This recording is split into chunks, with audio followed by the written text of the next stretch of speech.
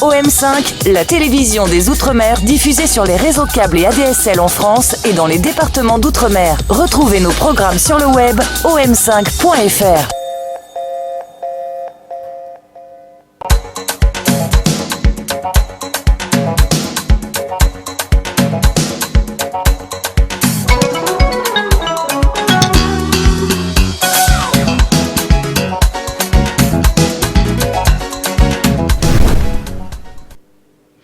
Bonjour à vous, bienvenue dans votre émission Studio 5. Mon invité d'aujourd'hui est né à Paris, dans le 10e arrondissement, de parents originaires de la Martinique. Elle a une sœur, une petite sœur cadette de 4 ans, sa cadette, qui s'appelle Céline, qui est son mentor, son modèle. Sa maman, son potomitan, comme elle dit, l'a toujours guidée dans ses choix, que ce soit professionnel ou personnel. Elle est, comme elle dit, cadre en communication le jour et autrice de théâtre, comédienne la nuit et le week-end.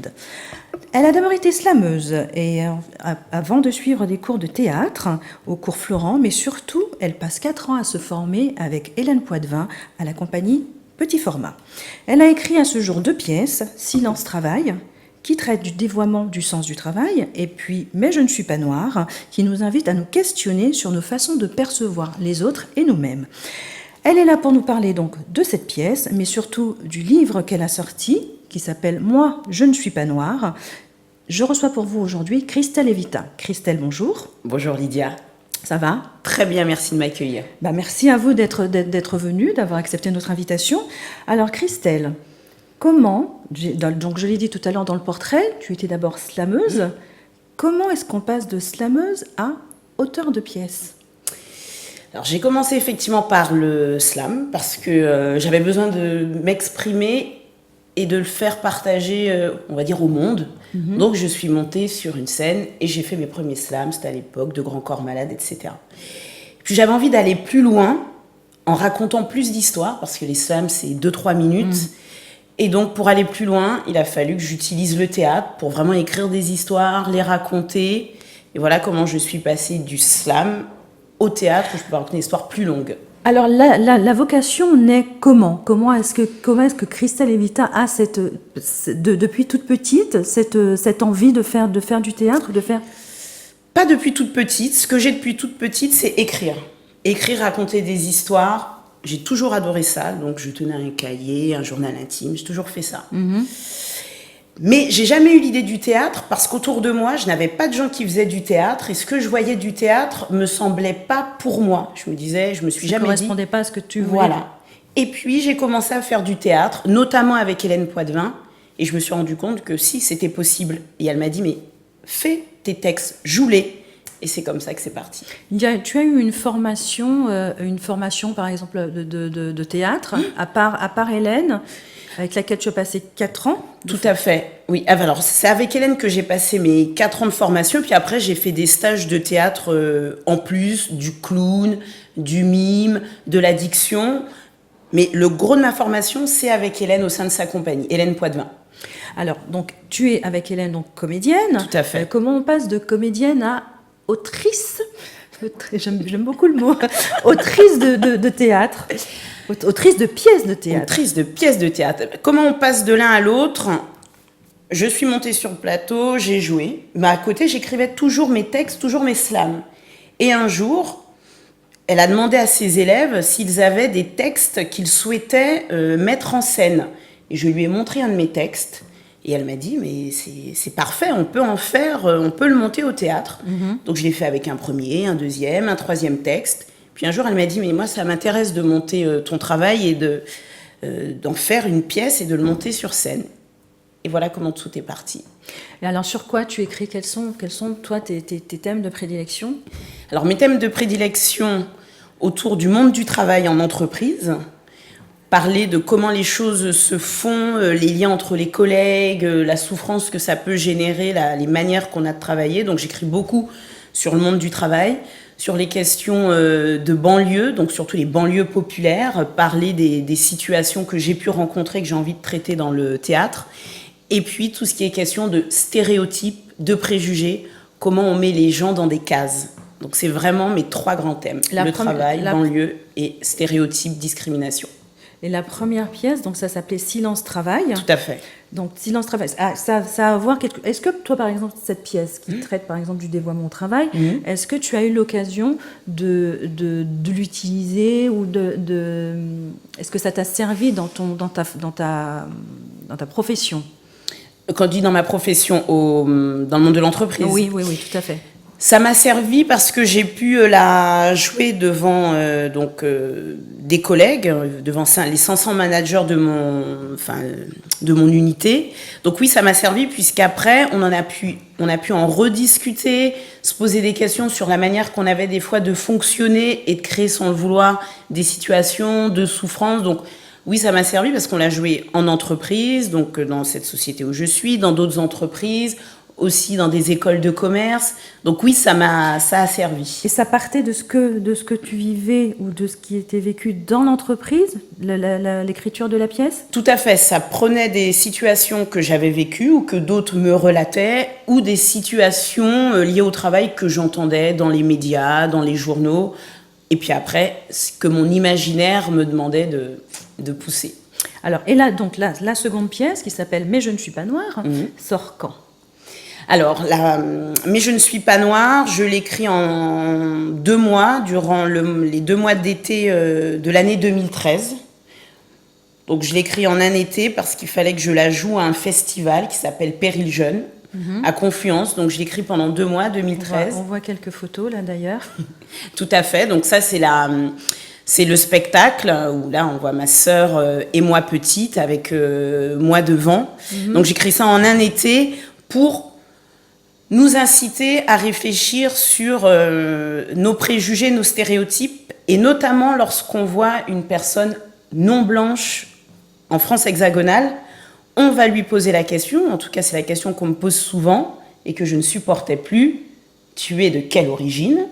Je répondais: je suis française, et on me demandait: non. Oui, mais de quelle origine? Vraiment.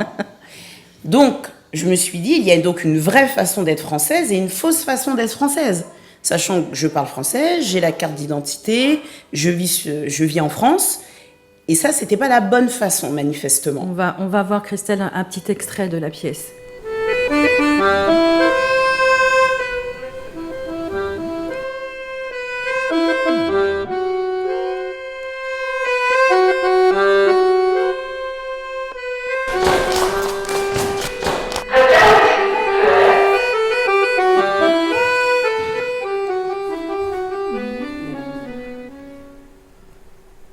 Et ne dites pas, sac à mâcher, pas de problème.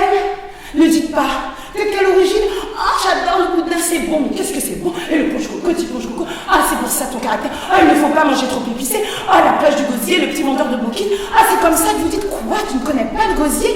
Sac à mâcher, Alice la glisse. Et tu retournes souvent? Non, pourquoi? C'est dommage. Tu as de la chance d'être de là-bas.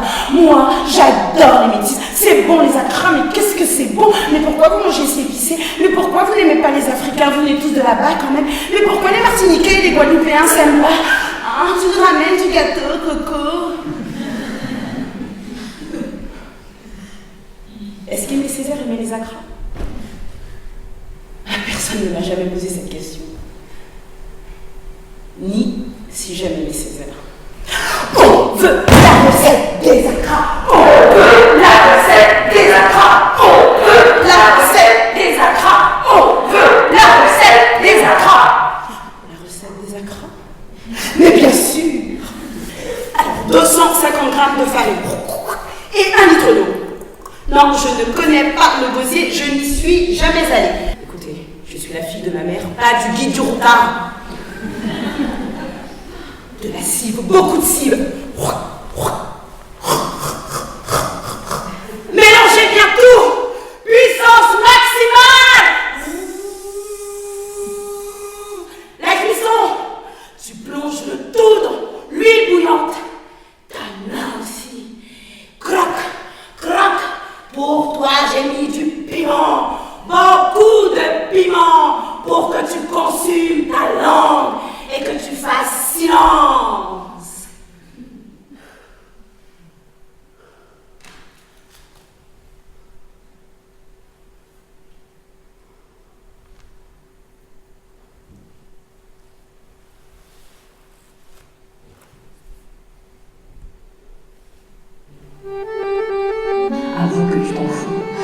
t'intéresse ma différence, mon petit truc entre le colombo et le lait de coco. Tu veux connaître mes origines, livre de cuisine. J'ai été aux Antilles, magnifiques, et les gens, gentils, mais d'une gentillesse. Pourquoi aurais-je en moi la différence? Ce truc mystérieux, tu ne comprends pas? Je me fous de l'histoire et de la géo. Je veux ni être français ni antillais, juste en paix. Alors voilà, donc on a beaucoup ri. Donc c'est une performance, Christelle, qui est de 45 minutes. Donc Tout à fait. Elle est pendant 45 minutes sur scène, comme ça, toute seule. C'est donc une pièce de théâtre, mais c'est pas seulement une pièce de théâtre, ça mélange du slam, de la vidéo... Des témoignages, des coupures de presse, de la musique. Ouais, enfin, Donc, tout ça. tout ça. Et il y a également, alors il n'y a pas sur scène, on entend sa voix, il y a effectivement Hélène Poitvin avec toi. Tout à fait. Hélène Poitvin qui, comme tu le dis, fait la voix. Cette voix qui répète sans arrêt, tu es de quelle origine, tu es de quelle origine, tu es Mais de qui est quelle bien origine. présente, on ne la voit pas, mais elle est vraiment très présente. Exactement. Moi, j'ai vu la pièce il y a au début, c'était la première fois, je Tout crois, à que tu fait. l'as Oui. joué à Villiers-le-Bel. Oui. Il y a eu des améliorations depuis. On a modifié des petites choses, mais ce que tu as vu reste quand même le gros, mais on a amélioré ou changé quelques éléments, mais on retrouve l'essentiel, donc les coupures de presse, notamment c'était l'époque des propos malheureux autour de Madame Taubira avec la banane, donc ces éléments-là, ils sont toujours, on retrouve la recette des acras, on retrouve le slam, donc on a fait quelques changements, mais ce que tu as vu demeure. Ta recette d'acra, parce que la recette des acras, on peut pas C'est dire vrai, ça. c'est vrai, c'est une recette toute particulière. Alors donc la pièce est jouée dans les écoles, en entreprise, et alors surtout, ce qui se passe, c'est qu'après cette pièce, il y a toujours un débat. Exactement. Pour permettre aux gens de pouvoir s'exprimer, parce qu'ils le souhaitent, ils ont envie après de partager leur expérience, où eux-mêmes ont eu des situations... voilà, où on les a mis dans des préjugés, des stéréotypes, où eux-mêmes ont mis un préjugé sur quelqu'un. Donc ça permet de discuter, puis ça permet aussi à certains de se rendre compte de pourquoi cette question incessante que l'on pose aux non-blancs, elle est insupportable. Ça permet à ceux qui la reçoivent tout le temps, ils viennent me voir en me disant merci parce que tu as exprimé ce que ça nous est. Et puis, il y a certaines personnes qui me disent mais je vois toujours pas où est le problème. Et à ce moment-là, ils entendent les histoires des autres pendant le débat et des fois, ils comprennent mieux. C'est vraiment quelque chose qui est dérangeant, cette histoire d'origine, de tous les témoignages que tu peux en ressortir. Ce qui est dérangeant, c'est l'insistance, première chose. Ce qui est dérangeant, c'est que lorsque l'on répond, en tout cas lorsque je réponds, manifestement, ce n'est pas la bonne réponse que je donne quand je dis je suis française, ça ne va pas. Donc ce qui est dérangeant, c'est qu'en dessous, en fait, on fait entendre qu'il y aurait une bonne façon d'être française et qu'en gros, quand tu es non blanc, eh ben, tu peux pas vraiment être française. Donc il y a tout ça, en fait, qui est dérangeant. C'est la question et ce qu'il y a en dessous. Tiens, qu'est-ce que toi, tu penses on en parle beaucoup de la discrimination. Quel est ton sentiment à propos de ça? Ben alors ça va dépendre des situations, mais... Enfin, en tout cas, ce que je défends dans le spectacle, c'est que les discriminations, ça part toujours d'une façon qu'on a de poser des étiquettes sur les gens ou de les mettre dans des boîtes, voilà. Et que si des gens étaient tous un peu plus vigilants sur la façon qu'on a de mettre des gens dans des cases ou dans les étiquettes, je dis pas que ça gommerait les discriminations, hein, je suis pas du tout... Enfin voilà, je ne me fais pas de fausses idées. Mais en tout cas, si on était tous un peu plus vigilants sur la manière dont on considère l'autre, eh bien, sans doute que les discriminations, elles seraient moins à vif comme elles le sont aujourd'hui. Mais voilà, mais ce que je pense, c'est qu'il faut qu'on soit tout le temps vigilant, en fait. Parce que tout le temps, jamais lâcher, exactement. Il y a aussi quelque chose qui te dérange, c'est le mot noir. Le mot noir qui est toujours associé à tout ce qu'il y a de plus mauvais. Alors que tu me dis, il y a plein d'autres mots. La langue française est suffisamment riche pour pouvoir mettre d'autres mots sur des situations. Alors, pourquoi ? Je l'ai vécu et je me suis rendu compte que j'étais pas la seule. Vous êtes en réunion, on entend « Ah non, mais là, ce dossier, on a vraiment un point noir. Ah non, mais on est dans une mer de noir. Ah, aujourd'hui, quelle journée noire !» Manger son pain noir. Manger son pain noir, blacklisté. Au bout d'un moment, ça attaque l'estime de soi, ça attaque la confiance. Le français, comme tu l'as dit, est extrêmement riche. Utilisons d'autres mots. Utilisons d'autres mots. C'est vrai que ça commence par là. Ça commence par là. Ça commence par les mots. Ça commence par les mots. Alors, à part donc cette pièce de théâtre, il en est découlé aujourd'hui un livre. Tout à fait. Que tu as voulu, qui s'appelle « Mais je ne suis pas noire », donc avec la même affiche que la pièce de théâtre. C'est un livre auto-édité. Et tu as donc, toi, ressenti le besoin d'écrire, de poser les mots et qu'ils restent. Pourquoi ? C'est parce que c'était une vraie demande ? Ça a été le fruit d'une demande. Après chaque représentation, le public me demandait la pièce. On peut avoir le texte de la pièce, on peut avoir le texte.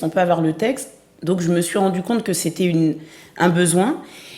Et puis maintenant, il y a des écoles aussi qui me le demandent, des mairies. Donc l'avoir en texte et en livre, je me rends compte que c'est important. Et pourquoi l'auto-édition ? C'est qu'aujourd'hui, je n'ai pas trouvé preneur dans les maisons d'édition classiques, mais je me suis dit qu'à cela ne tienne, fais par toi-même. Donc je l'ai fait par moi-même et je remercie Clotilde Couturier parce que c'est la personne qui est également de la compagnie Petit Format. Exactement, qui est une autre femme de l'ombre de la compagnie Petit Format, mais qui a permis la conception de l'ouvrage, qui a fait le maquettage ou autre. Donc il y avait un besoin du public après le spectacle. Alors, c'est pas énorme, hein, donc c'est un tout petit livre. Tout à fait, une soixantaine de pages, avec des témoignages à la fin, des extraits de témoignages issus des débats qui poussent encore à réfléchir, à la réflexion absolument. Sur des stéréotypes dans lesquels on met les gens. Qu'est-ce que tu as fait jusqu'à aujourd'hui ? Tu parlais tout à l'heure du festival. Où on a vu justement de cette pièce ? Alors la pièce, elle est jouée depuis 2013. Et depuis 2013, donc, elle tourne, comme tu l'as dit, dans différents lieux. Donc bien évidemment dans des théâtres. Donc à Paris, à Confluence, à Vitry-sur-Seine, dans le festival Nous n'irons pas à Avignon. À Amiens, dans le cadre de la journée d'éducation contre le racisme. En entreprise et en école. Et ça, c'est la toute dernière expérience où donc, les scolaires sont venus voir la pièce, mais on a fait avec eux, quand je dis on, c'est notamment avec Hélène Poitvin, on a fait des ateliers d'écriture, de vidéos et de photos pour réfléchir avec eux sur c'est quoi un préjugé, c'est quoi un stéréotype et quelles sont les conséquences. Donc ça, c'est aussi notre façon de faire vivre la pièce. Et avec des enfants, cette problématique, elle est encore... on se rend compte qu'elle est importante à travailler. Ouais, comment ils vivent ça ? Quel est leur témoignage par rapport à ça ? Alors, dans un premier temps, ils ne se pensent déjà... Alors, je l'ai fait, moi, à Villiers-le-Bel. Au début, ils ne pensent qu'eux seuls sont victimes de préjugés. Ils ont du mal à se dire qu'un préjugé ou un stéréotype... Quel âge ils ont ? Alors, ils sont en troisième, c'est ça, puisqu'après, ils sont en troisième. D'accord, donc c'est vraiment à cet âge-là, on sait que c'est un préjugé. Oui, tout à fait, oui, c'est important de préciser, ils savent. Donc au début, ils pensent qu'il n'y a que ceux qui sont victimes de préjugés, donc ils vont nous dire, bah oui, comme je viens de banlieue, on veut pas me donner accès à telle chose, etc., etc. Donc c'est déjà leur faire comprendre que certes ils sont victimes du préjugé, mais que eux aussi peuvent être auteurs de préjugés ou de stéréotypes. Ça c'est la première chose. Et puis après, on s'est mis à les faire travailler sur ces questions d'origine, d'identité. Et là c'était très frappant parce qu'on faisait un jeu, on leur disait levez-vous si vous êtes français. Certains se lèvent pas s'ils ont la carte d'identité, enfin la nationalité ou pas. Levez-vous si vous vous sentez français, et là certains se lèvent, d'autres restent assis et d'autres se mettent à terre. Donc c'est quand même assez interpellant. Et on leur demande, mais pourquoi tu t'assois à terre, pourquoi tu te lèves pas alors que tu es français, tu l'as dit. Ils font, non mais moi je peux pas me sentir français. Les gens, tout le monde me renvoie l'image que je suis pas vraiment française ou français, puisqu'à chaque fois on me dit, mais non, tu es français d'origine malien, etc., etc.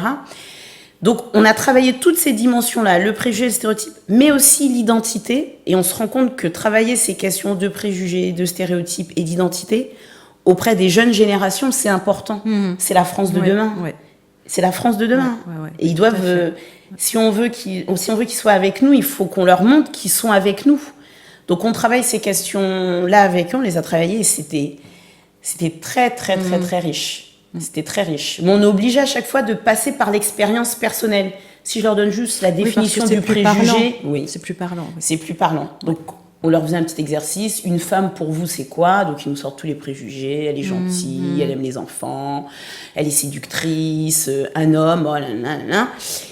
Et ensuite, il faut repasser, comme tu dis, par l'exemple. Et je leur dis, mais tu vois, quand tu dis qu'une femme, elle est séductrice ou elle est faite pour, je sais pas quoi, les enfants. Comment la chose est reçue. Voilà, je leur dis, mais tu vois, quand tu dis ça, moi, ça me fait mal. Ouais. Et leur faire entendre, du coup, l'impact aussi que peut avoir un préjugé, un stéréotype.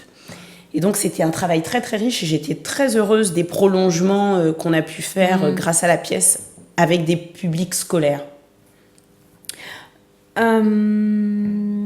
Qu'est-ce que tu vas faire alors maintenant? Alors maintenant, nouvel objectif, c'est de présenter la pièce davantage dans les entreprises et les écoles de commerce. Pourquoi? Ce sont là que se font les managers de demain. Et les managers, moi je les côtoie dans mon autre activité. Au quotidien, ils ont à gérer ce qu'on appelle la diversité. Donc la diversité qui est liée à l'âge, à la race, à la couleur de peau, etc. Et là aussi, si on met les gens, on est manager, et si on met les gens dans des cases, c'est une femme, je vais la traiter comme si, c'est quelqu'un d'origine, je sais pas quoi, je vais le traiter comme si. On peut pas bien travailler ensemble, on peut pas bien vivre ensemble. Donc, je veux utiliser la pièce et des actions autour pour sensibiliser le management au fait qu'il faut savoir... il faut se préparer à manager la diversité, à faire attention à ce qu'on dit. C'est vrai qu'on passe beaucoup de temps au travail, donc forcément, il y a un moment, il faut que ça aille et que ça aille bien. Voilà. Dans une réunion où on a majoritairement des personnes, on va dire noires, sortir. Là, on est dans une crise noire, on est en situation noire, etc. Ouais, donc forcément, à un moment, ça touche et ça affecte. Exactement, ça touche et ça affecte. Christelle, le livre, on le trouve comment? Il faut se tourner vers moi en m'adressant un mail. Je me tourne vers toi. Voilà.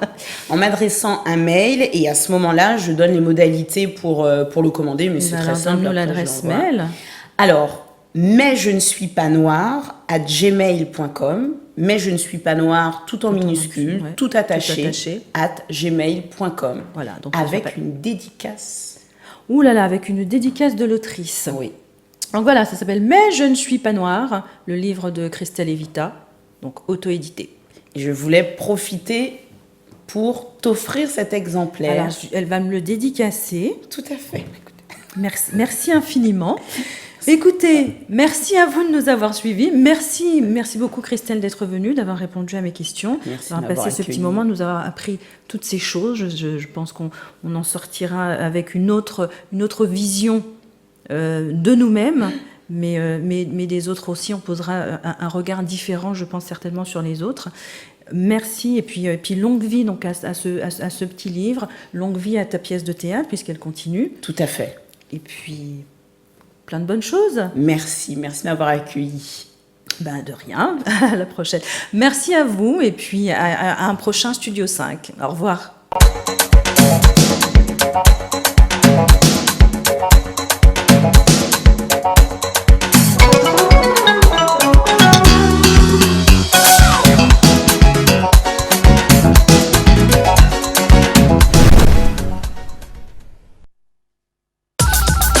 OM5, la télévision des Outre-mer diffusée sur les réseaux câbles et ADSL en France et dans les départements d'Outre-mer. Retrouvez nos programmes sur le web om5.fr.